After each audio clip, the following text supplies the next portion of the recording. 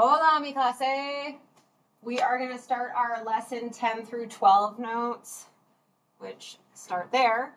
And we are using angle relationships to determine unknown interior and exterior angle measures. So our 3 vocabulary words, remember to lift up that flap and get these copied down. Thankfully, 2 of them are pretty short. So the first one is parallel lines. Parallel lines are lines that are never going to cross or intersect. So, right, we can draw our lines. And then remember, we can indicate them with these little arrows, right? These little arrows tell us they are parallel.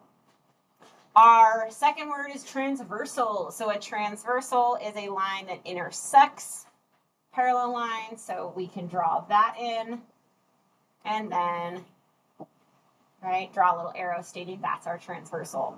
So vertical angles are opposite angles that share the same vertex. They are formed by a pair of intersecting lines. So we can intersect the lines. There's the vertex. And then they are equal. So, right, here's one pair that would work. And if we drew another set, these would be the other pair, right? Vertical angles. Okay, so let's start practicing some of the things we've been doing the last 3 days. We're going to determine the measure of each angle in the diagram, explain your thinking, and explaining our thinking can just be showing our work. So it says ABC, so this is angle the ABC right here. This is that relationship we've been working on a ton, especially just today. That's 180 degrees. So I can take 180 and subtract that 50, and it'll tell me that the measure of angle ABC is 130 degrees. And then it wants us to do ABE. So ABE is right here. And we would say that the measure of angle ABE equals 50 degrees vertical to angle CBD. So that one we do need to explain our thinking. Don't forget it, we need to explain our thinking. So either work for like number 1 or at explaining my relationship for number 2 would work for explaining your thinking. All right, let's keep moving. So these were also just in your homework, but I want to make sure we have the work written down in a finite place. So remember, we learned that all triangles, no matter what kind of triangle they are, obtuse, acute, or right, all 3 interior angles will always add up to 180. So we can take the 2 angles we have, 128, and add those together. So 16, 4, 5, and 1. And then we can subtract that from 180, borrow, get 4, get 2, get 0. And so then angle C equals 24 degrees. So again, like I said, it doesn't matter what kind, so we can do it again. 72 plus 20 is 2. 7, 8, 9. So we go 180 minus 92. We borrow. We get 8. We have to technically borrow again. We get 8. So angle L equals 88 degrees. So these problems, 5 and 6, they determine the missing angle measure or measures in the triangle, show or explain your thinking. So a right triangle, this was similar to some of the problems you had in your homework, but instead of pictures, you have words. So 90 degrees, right angle, this is a 90-degree angle. That's what that symbol means. So we can take 90 plus 25 and get 5, 9, 10, 11. We can take 180 and subtract that. Borrow, get 5, 6, and 0, and so then our missing angle is 65 degrees.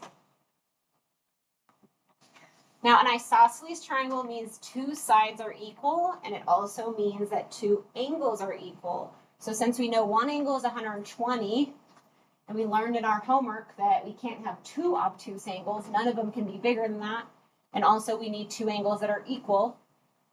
We also saw in our homework that we can't have 2 obtuse angles. That was one of our questions. So we're going to go 180 minus 120 to get rid of that. 0, 876, that's 0. And since we know that the two missing angles have to be equal, we're going to split this perfectly in half. And so then our two missing angles are both 30 degrees. Okay, so the next question is in a diagram that looks very similar to what we were doing in our lesson 12, where we were finding missing pieces based off the information we had. So it says the diagram shows 3 lines with some missing angle measures. Complete the diagram by writing in all the missing measures. Now, if we notice these are not parallel, that's why these 2 angles that normally would be congruent are not. That's also why they have a 1 line and a 2 line to show you they're not equal. So what we're going to kind of do is split this into 2 problems because they are completely 2 different sets of information. So we can fill in this angle because it's vertical to the information I've been given. We kept talking about in lesson 12 that this relationship is 180 degrees. We did it over and over again. So we're going to go 180 minus 70. We're going to get 0, 1, 1. And then we're going to, so this is 110 because that's what I just found. And then the one across from it is a vertical angle. So it's also 110. Now we're going to do the same thing on the other side. So the vertical angle is here, 53 degrees. This relationship is 180 degrees. So 180 minus 53, borrow, 7. 7 minus 5 is 2. And then we got the 1 left over, so that's right here. And then because these 2 angles are vertical, we can set them equal to each other. All right. 2 more and then we're done. So it says like all the sets of angles that could make a triangle. So remember, they have to add to be 180. So if we kind of just stick plus signs in between here and check them, 0 plus 0 plus 0 is 0. 6 plus 6 is 12. Plus 6 is 18. So check. Put little plus signs between them. 45 and 45 is 90. 90 plus 90 is 180. Good. If we do 90 plus 90 plus 45, well, 90 plus 90 is already 180, and then plus 45 would be 235. 135. No, 235. Yeah. Be 235. Oh yeah. Jaden Woods is trying to help me. It's not going very well. 235.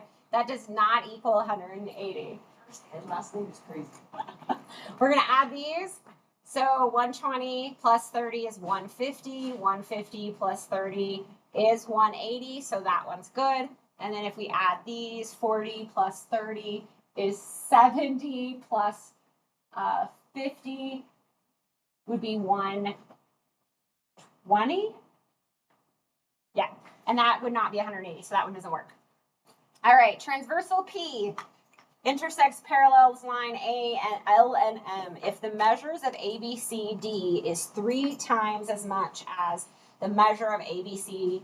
What is the measure of angle ABC? So this was on your homework. I did explain it, but I'm going to put it in a finite place. So ABC is here. And then BCD is here. So these are the 2 angles. Now remember we talked about how we're going to rotate ABC here, right? We're going to rotate it.